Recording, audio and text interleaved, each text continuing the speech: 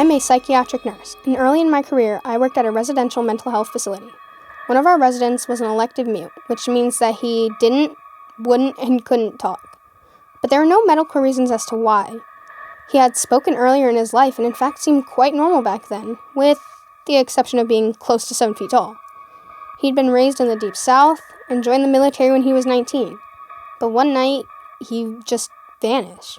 He was declared AWOL and eventually was declared missing and dead.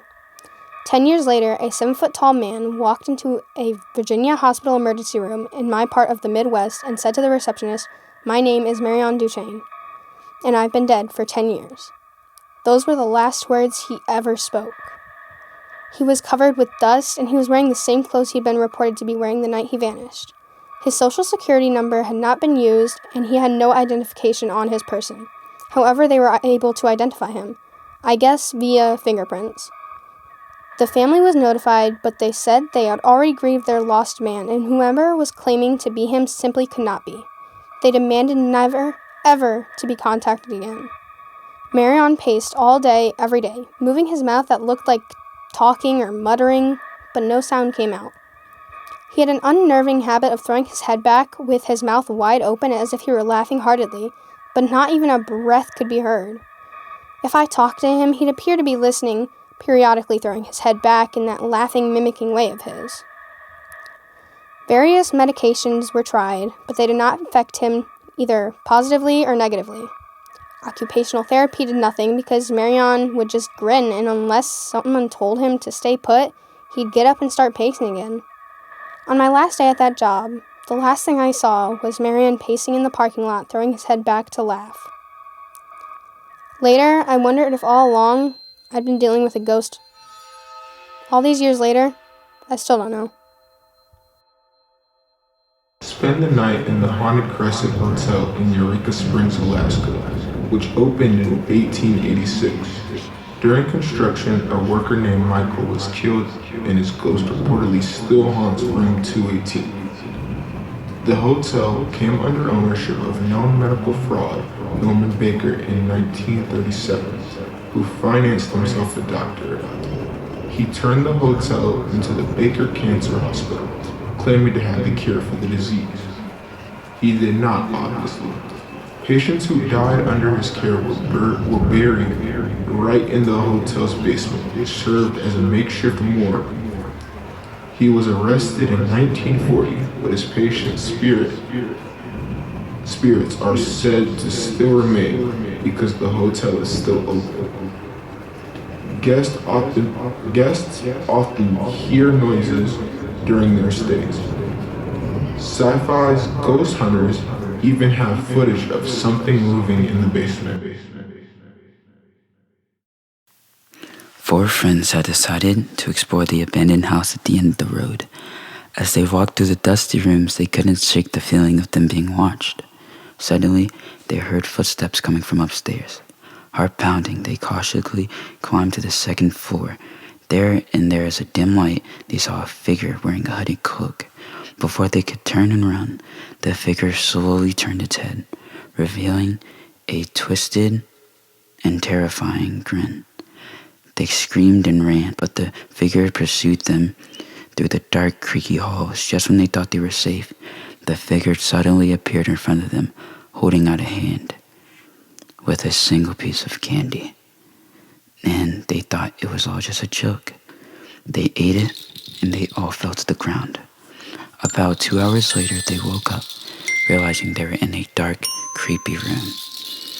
And they all couldn't see each other. For some reason, it was just too dark for them to see.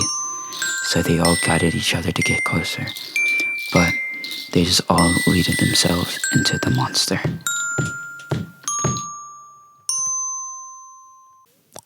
The Ghost Bus. Underneath the lamppost in the middle of the night, a ghost bus makes a silent stop. A strange and fearful sight. At the bus stop, at your corner, something big and green climbed down. It's looking for your bedroom, and it searched all over town. You thought it couldn't find you. You thought you were safe and you were sound. You thought you could hide where you could never be found. But now it's almost here. You know it loves the dark of the night. There's only one thing you can do. Quick, turn on the light.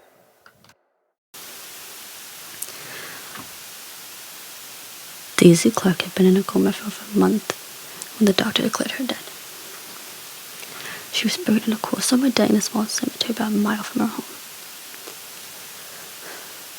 May she always rest in peace, her husband said, but that was not how it turned out. Late that night, a grave robber armed with a shovel and a flashlight began to dig her up. As the earth was still loose, he quickly reached the coffin and opened it. His hunch was right. Daisy had been buried wearing two valuable rings, a diamond wedding ring and another studded with a brilliant ruby. The thief knelt down and reached inside the coffin to take the rings, but they were completely stuck on Daisy's fingers. He decided that the only way to get them was to cut off her fingers. But when he took out his knife and began to saw at the flesh, it began to bleed and Daisy began to twitch. Suddenly, she sat up. Terrified, the thief scrambled to his feet, accidentally knocking his flashlight, which went out. In the dark, he could hear Daisy emerge from her grave. The thief stood frozen, clutching the knife in his hand.